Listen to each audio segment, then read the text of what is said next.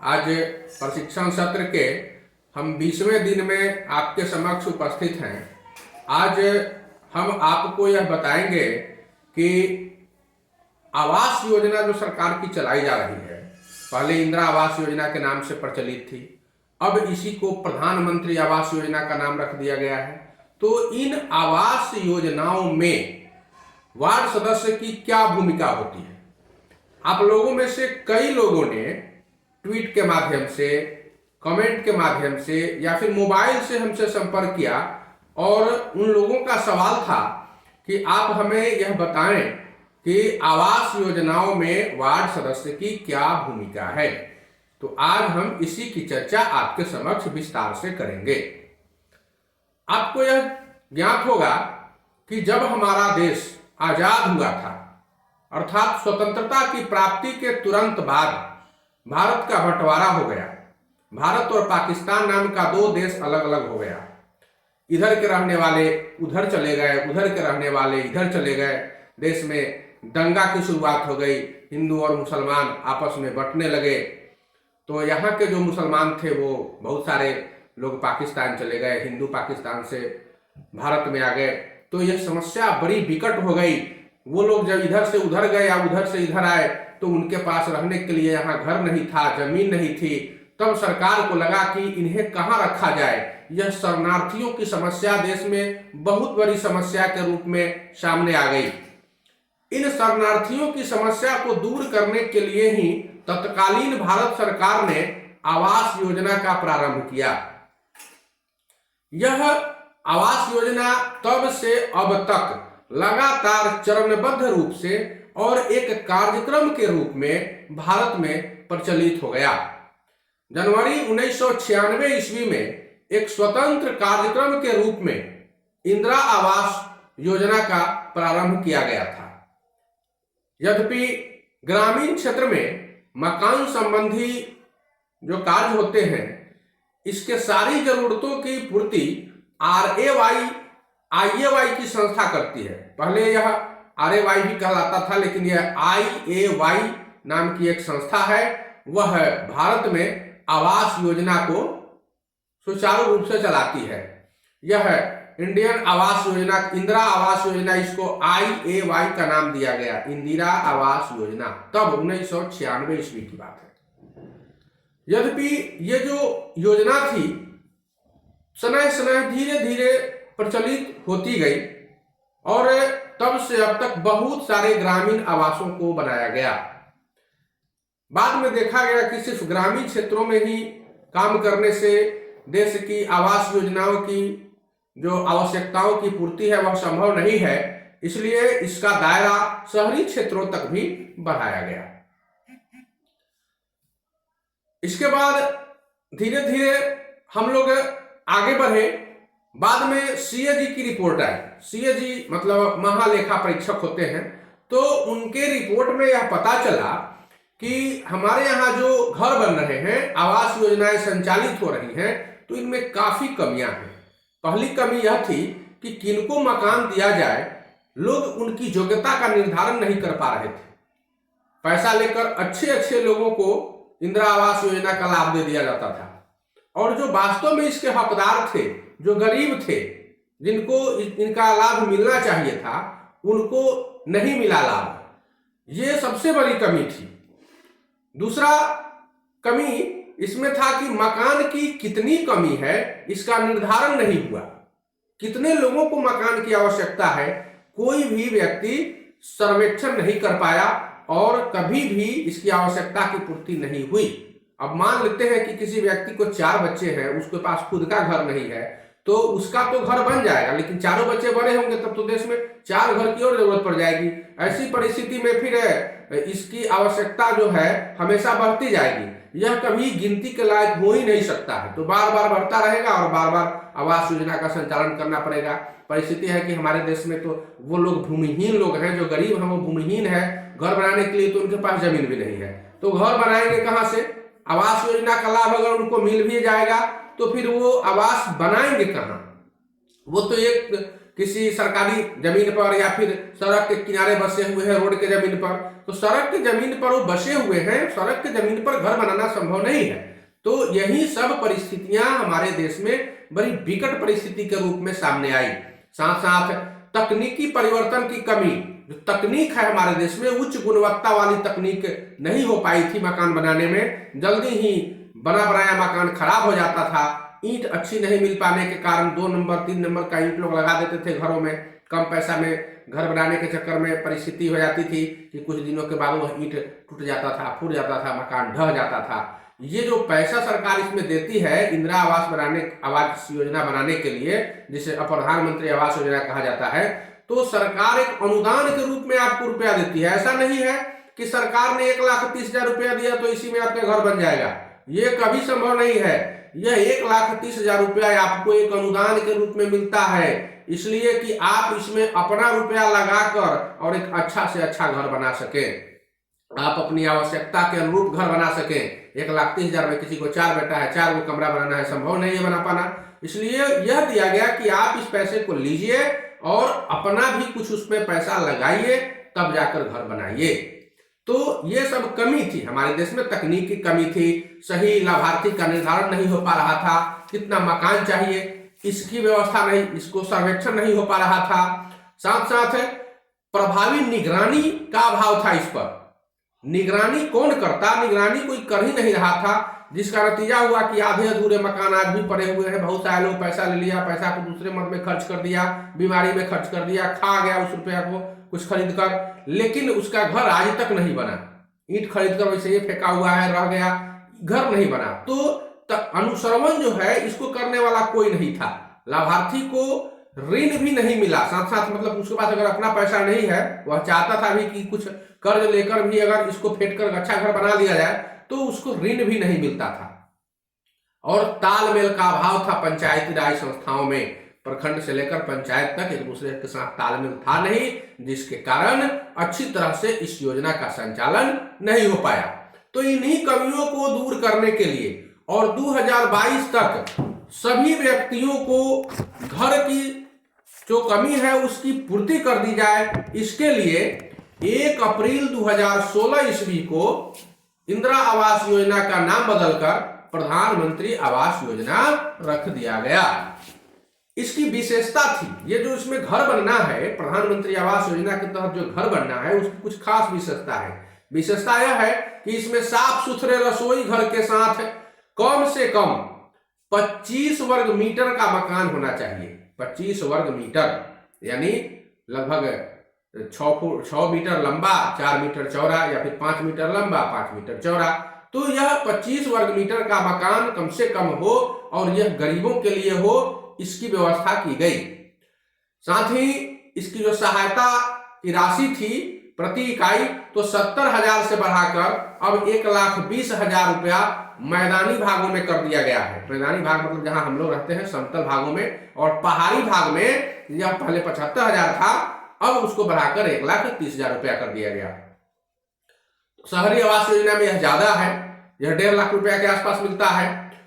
इसके साथ और क्या हुआ, तो इतना तो आपको मिलेगा ही, यह राशि तो अनुदान के रूप में मिलेगा, और यदि आप खुद ही घर बनाने में मजदूर का काम करते हैं, ईंटा ढोते हैं, बालू ढोते हैं, या खुद जुराई कर लेते हैं, तो उसके लिए भी आपको कम से कम 90 से 95 दिनों का रोज जोड़कर यह भी आपको मिलेगा।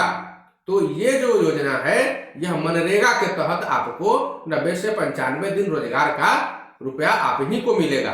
तो आपको तो और ज्यादा मिल गया, ये भी मिल गया, और 90-95 दिन मतलब साल में मोटा मोटी 100 दिन जोड़ लीजिए, तो 100 दिन का रोजगार भी मिल गया, उसका रुपया भी मिल गया। इसमें क्या क्या बनाना है, अब जो आपको बनाना है ये प्रधानमंत्री आवास योजना, तो इसमें शौचालय के लिए भी अलग से रुपया आपको मिल रहा है, शौचालय का पैसा भी अलग से मिल रहा है। तो इंदिरा आवास योजना अर्थात प्रधानमंत्री आवास योजना के तहत आपको 1,20,000 रुपया मिला। रोजगार के रूप में आपको 90 दिनों का रोजगार कम से कम 90 से 100 दिनों का मिल गया, उसका भी पैसा अलग से मिला। शौचालय निर्माण के लिए भी पैसा आपको अलग से मिला। तो ये सारे रुपया मिल जाते हैं आपको। साथ साथ और भी फैसिलिटी क्या मिलेगी, तो पाइप के जरिए जो है आपको पानी पहुंचाया जाएगा, नल जल वाला पानी का कनेक्शन आपको देना है, बिजली का कनेक्शन आपको देना है, एलपीजी का कनेक्शन जो गैस पाइपलाइन अभी गांव में जा रहा है उसका कनेक्शन आपको देना है, और साथ साथ जितने भी सरकारी योजनाएं चल रही हैं सबका तालमेल आपके साथ कर दिया जाएगा। तो यह योजना जो है इसमें राज्य सरकार और केंद्र सरकार का अपना अपना खर्च है। केंद्र सरकार 60% भाग देती है और राज्य सरकार इसमें 40% राशि मिलाती है। तो कुल मिलाकर यह आवास योजना को लाभार्थियों को सौंपा गया। लेकिन कुछ विशेष दर्जा प्राप्त राज्य हैं जो पहाड़ी राज्य कहलाते हैं, जैसे पूर्वोत्तर राज्य हैं हमारे, असम के 7 राज्य आते हैं, उत्तराखंड आता है, झारखंड आता है। तो ये पहाड़ी राज्य जो हैं इनमें व्यवस्था अलग है। इन राज्यों के लिए केंद्र सरकार 90% राशि प्रदान करती है और 10% जो राशि है वह राज्य सरकार प्रदान करती है। अब हम आपको बताएंगे कि आवास नीति की क्या आवश्यकता है। आखिर घर तो लोगों को दे दिया गया, जत्र तत्र आप बना लिए, कोई कहीं घर बना लिया, कोई कहीं घर बना लिया, कोई पोखरा के किनारे बना लिया, कोई सड़क के किनारे बना लिया, किसी का घर किसी के घर के आगे हो गया, उसको रास्ता नहीं मिला। तो ये सब जो है, और रास्ता ही मिला तो किसी के पास पानी निकलने का साधन नहीं है, किसी के पास गाड़ी ले जाने का साधन नहीं है, 3 फीट मात्र रास्ता है। तो ऐसी परिस्थिति में अगर आग लग जाती है तो वहां अग्निशमन यंत्र जाने के लिए भी कोई जगह नहीं मिल पाता है। इन सब परिस्थितियों में हम देखते हैं कि देश में घर बनाने के लिए एक आवास नीति की आवश्यकता हुई, और इन आवास नीति को सरकार ने इस तरह से संचालित किया कि आवास की सुविधा या मकान की जब हम बात करते हैं तो हमारे मन में या अधिकांश लोगों के मन में शहर वाले मकान की बात कौंध जाती है। मतलब सोचने लगता है कि शहर में किस तरह का मकान बनता है, बहुत सुंदर लगता है, रोड रहता है ढाला हुआ, तो सब कुछ अच्छा लगता है। तो आवास नीति शहरों में संचालित है, वहां नगर निगम होता है और नगर निगम के आधार पर आपको घर बनाना है, नक्शा पास कराना है, आपको रोड मिल रहा है कि नहीं, बिजली पानी की व्यवस्था है कि नहीं, अग्निशमन यंत्र जाने की व्यवस्था है कि नहीं। तो इस तरह की व्यवस्था आपके पास रहेगी तभी जो है आप घर बना सकते हैं, अन्यथा आप घर नहीं बना सकते हैं शहरों में। लेकिन देहात में भी इस नीति की आवश्यकता पड़ी तो इसके समाधान के पर ज्यादा जोर दिया गया। आम चर्चा में भी शहरों की ही बात आई, लेकिन रहते तो हम हैं गांवों में, तो मकान की कमी की जो समस्या है वह सबसे ज्यादा गांवों में है।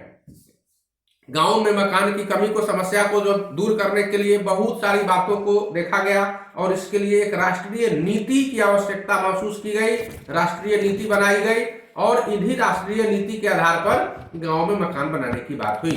तो गांव की जो कल्पना है, परंपरागत कल्पना जो आप देखते हैं कि गांव में किस तरह का घर होता है, तो कच्चा घर होता है, मिट्टी का घर होता है, दीवारें टाट की फूस की होती है, छत जो होता है वह छप्पर होता है, ठाठ होता है, मतलब फूस का ही छत होता है, और अंधेरी कोठरी होती है, बंद होती है, झोपड़ी होता है, यही सब ना गांव में होता है। तो गांव शब्द सुनते ही आपके मन में आ जाता है कि गांव ऐसा होता होगा।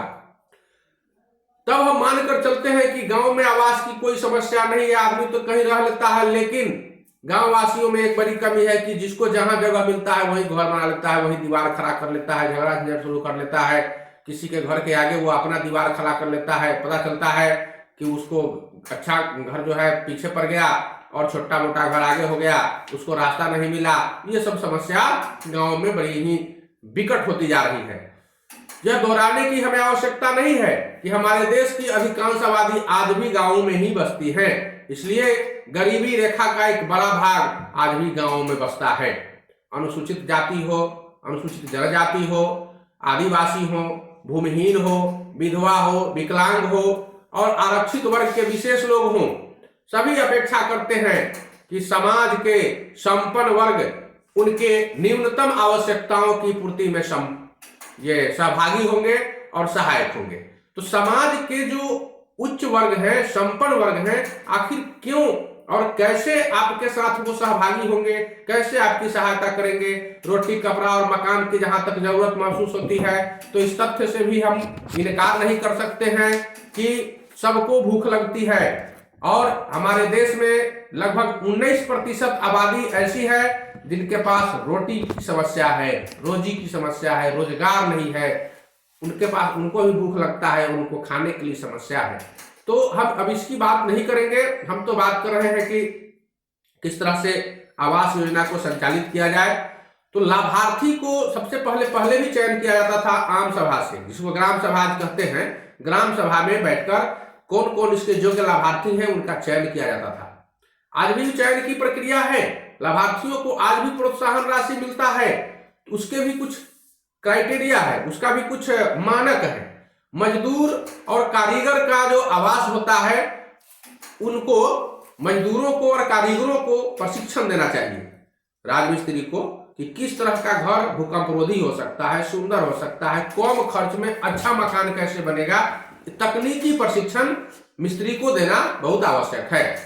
महिला जो मजदूर हैं वो कार्य कुशल नहीं होती हैं, उनकी कार्य कुशलता में वृद्धि होनी चाहिए और उनके रहन सहन में सुधार आना चाहिए। आवास निर्माण जो होता है सरकारी तौर पर, जिसमें अनुदान मिलता है, तो उन आवासों के निर्माण में ठेकेदारों की हिस्सेदारी पर प्रतिबंध लगा दिया गया, बिल्कुल प्रतिबंध लगा दिया गया। ठेकेदार इसमें काम करेंगे ही नहीं। ऐसी आवास योजनाओं में ठेकेदार कुछ नहीं करेंगे। ये स्वतः लाभार्थी को खुद ही बनाना है, खुद खर्च करना है और खुद ही मेहनत भी करना है, मजदूरी उसमें खुद ही करनी है। अगर ऐसा नहीं करता है कोई लाभार्थी, तो सरकार जो धनराशि उसको देती है वह वापस ले लेगी। अगर घर नहीं बना पाता है, दूसरे कार्य में वह रुपया खर्च करता है, तो भी कई बार नोटिस भेजा जाता है कि आप जल्द से जल्द आवास को पूरा कर लें। अगर नहीं करते हैं तो आपको धनराशि वापस करना पड़ेगा, नहीं करते हैं तो आप पर प्राथमिकी दर्ज की जाएगी। जो लाभान्वित हैं उनको एक मुश्त धनराशि नहीं देना है, नहीं तो खर्च कर देंगे। उनको 2-3 किस्तों में देना है। पहला किस्त जब वो प्लिंथ लेवल नीचे से जब घर कुछ कुर्सी लेवल तक बना लेते हैं, फिर उसके बाद या फिर लिंटर लेवल तक बना लेते हैं, लिंटर तक तो उनको मिलता है। उसके बाद एक और किस्त मिलता है जिसमें पूरा छत ढाल देने के लिए मिलता है। एक और किस्त मिलता है जिसमें वह शौचालय का निर्माण करा सके। तो धीरे धीरे किस्तों में रुपया दिया जाता है उनको। और एक चीज और करना है कि बड़े पैमाने पर ईंट, सीमेंट और इस्पात का जो प्रयोग होता है, इसको हतोत्साहित करना है। मतलब ज्यादा से ज्यादा ईंट न लगे, सीमेंट न लगे, इस्पात नहीं लगे, और ज्यादा से ज्यादा चूना हो, सुर्खी हो, इनसे अगर घर बनता है तो सबसे बेहतर माना जाता है। सबसे बेहतर सुर्खी चूना वाले घर को सबसे बेहतर माना जाता है। इसके बाद है लाभार्थियों को स्वनिर्मित ईंट का इस्तेमाल करना। अपने से ईंटा बनाइए और उसका आप लोग इस्तेमाल कीजिए। खुद ईंट बनाइए, खुद इस्तेमाल कीजिए। आवास योजना का जब निर्माण शुरू करते हैं तो उस स्थान पर पहले आपको हैंड पंप लगा दिया जाना जरूरी है, ताकि वह घर ठीक से बन जाए। शौचालय स्थापित करना भी जरूरी है, नालियों का प्रबंध करना भी जरूरी है। इस कार्यक्रम को सफल बनाने के लिए स्वैच्छिक संस्थाओं का भी सहयोग लिया जा सकता है। तो इन सबके सहयोग से हम लोग इस आवास योजना को सही ढंग से संचालित कर सकते हैं। लाभार्थियों का चयन कैसे होगा? तो पहले भी और आज भी एक ही विधि से लाभार्थियों का चयन होता है। अब इसके लिए प्रत्येक ग्राम पंचायत में आवास सहायक बहाल किए गए हैं। अब आवास सहायक के द्वारा ही जो सूची है, सूची पहले से ही निर्मित है। जो पहले 2011 में एक सर्वे हुआ था, आर्थिक और सामाजिक जनगणना, और उसी में जो आगे और पीछे लोग हैं आर्थिक दृष्टि से, तो उनके आधार पर एक सूची तैयार की गई और उसी सूची के आधार पर आज भी प्रधानमंत्री आवास योजना का चयन होता है। उस सूची में जो सबसे ऊपर से नीचे की ओर आते हैं, तो सबसे कमजोर है वो सबसे ऊपर है, और सब उसमें अधिक थोड़ा पैसे वाले हैं उनको नीचे रख दिया गया है, संपन्न लोगों को। तो जो ऊपर से ही आवास योजना का लाभ लोगों को दिया जाता है। लेकिन इसके साथ एक और विशेषता हो सकता है, आप ऐसे 10 साल 12 साल हो गया, तो 10-11 साल पहले आप हो सकता है गरीब होंगे।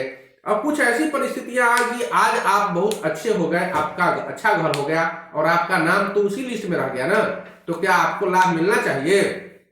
इसी को देखने के लिए आपको वार्ड सभा में, आप चूंकि वार्ड सदस्य हैं और आपकी भूमिका क्या होनी चाहिए, तो आपको वार्ड सभा करना है। और वार्ड सभा में सही रूप से यह देखना है कि जिसको आवास योजना का लाभ मिलने जा रहा है वह लाभार्थी योग्य है या नहीं है। अगर घर की सुविधा उनको मिलनी चाहिए, घर का लाभ उनको दिया जाना चाहिए, तो आप इन्हें वार्ड सभा में पारित करा लेंगे, और अगर नहीं मिलना चाहिए तो आप नहीं पारित कराएंगे। अब कुछ लोग यह पूछते हैं कि पेपर हम ले सकते हैं कि नहीं, तो नहीं, आप चूंकि वार्ड सदस्य हैं, आप उनसे कोई पेपर नहीं ले सकते हैं। पेपर जमा करने के लिए आवास सहायक की नियुक्ति हुई है। हाँ, अगर आपको लगे कि आवास सहायक गलती कर रहा है, रुपया ले रहा है, लोगों से ठग रहा है, या फिर ब्लफ दे रहा है, उनसे रिश्वत ले रहा है, तो आप इस पर रोक लगा सकते हैं।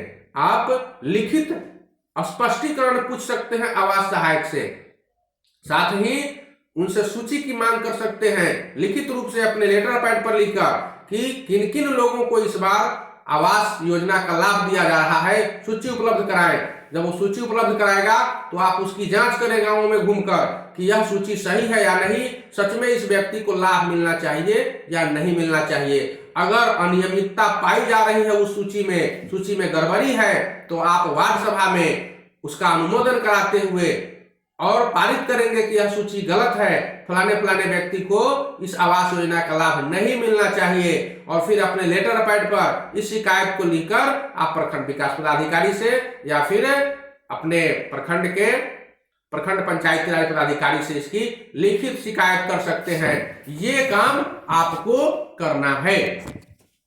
अब मैं बता दूं कि आपकी विशेष भूमिका तो प्रधानमंत्री आवास योजना में यही आपका मुख्य कार्य है। आप इससे ज्यादा कुछ नहीं करें। आप यह जान लें कि कई बार पहले भी मुखिया से लेकर वार्ड सदस्यों पर आरोप लगाया जा चुका है कि पैसा लेकर अयोग्य लाभार्थियों को इस योजना का लाभ दे दिया जाता है। वार्ड सदस्यों पर भी कई बार आरोप लगा है और जांच में आरोप को सही भी पाया गया है, लेकिन उसके बाद ही राज्य सरकार ने तुरंत निर्णय लिया कि अब वार्ड सभा या ग्राम सभा इस योजना का सिर्फ अनुश्रवण करेगी, देख रेख करेगी, जांच कर सकेगी, उनसे कोई पेपर नहीं ले पाएगी, लाभार्थियों की योग्यता की जांच करेगी। अगर कोई लाभार्थी अयोग्य है और इस योजना के सूची में उसका नाम आ गया है तो उस पर आप आपत्ति कर सकते हैं।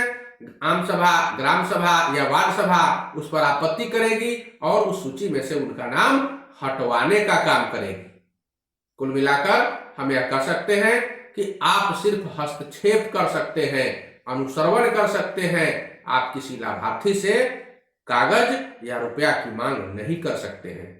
विशेष परिस्थिति में आप आवास सहायक से मिलकर या पत्र लिखकर लिखित रूप से सारे कागजात की मांग कर सकते हैं और लाभार्थियों की सूची की मांग कर सकते हैं, उसकी जांच कर सकते हैं। यदि कोई गड़बड़ी पाई जाती है तो आवास सहायक के विरुद्ध प्रखंड कार्यालय में लिखित सूचना दे सकते हैं। निश्चित रूप से कार्रवाई होगी, निश्चित रूप से होगी। बस आपकी यही भूमिका है। धन्यवाद।